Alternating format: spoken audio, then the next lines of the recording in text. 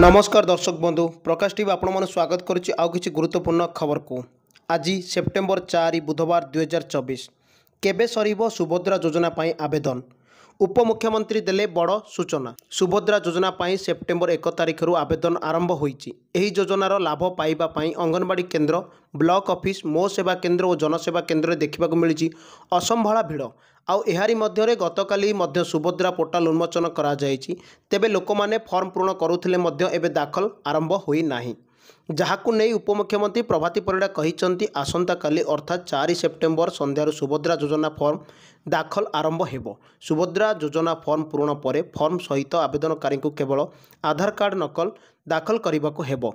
मो सेवा केन्द्र, जनसेवा केन्द्र और जिलापालक द्वारा निरूपित स्थान कार्यालय फॉर्म दाखल करा जिवो।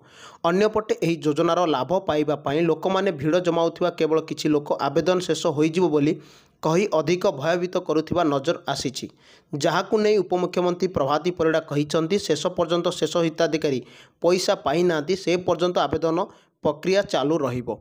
एने लोक चिंतित हुअंतु नाही। सेपटे सुभद्रा योजनार वेबसाइट जाम हेबाकु नै प्रतिक्रिया रखी उपमुख्यमंत्री कहिसंती एही योजना एते हाइलाइट होई जाइछि जेउथि पई जाम होई जाइछि।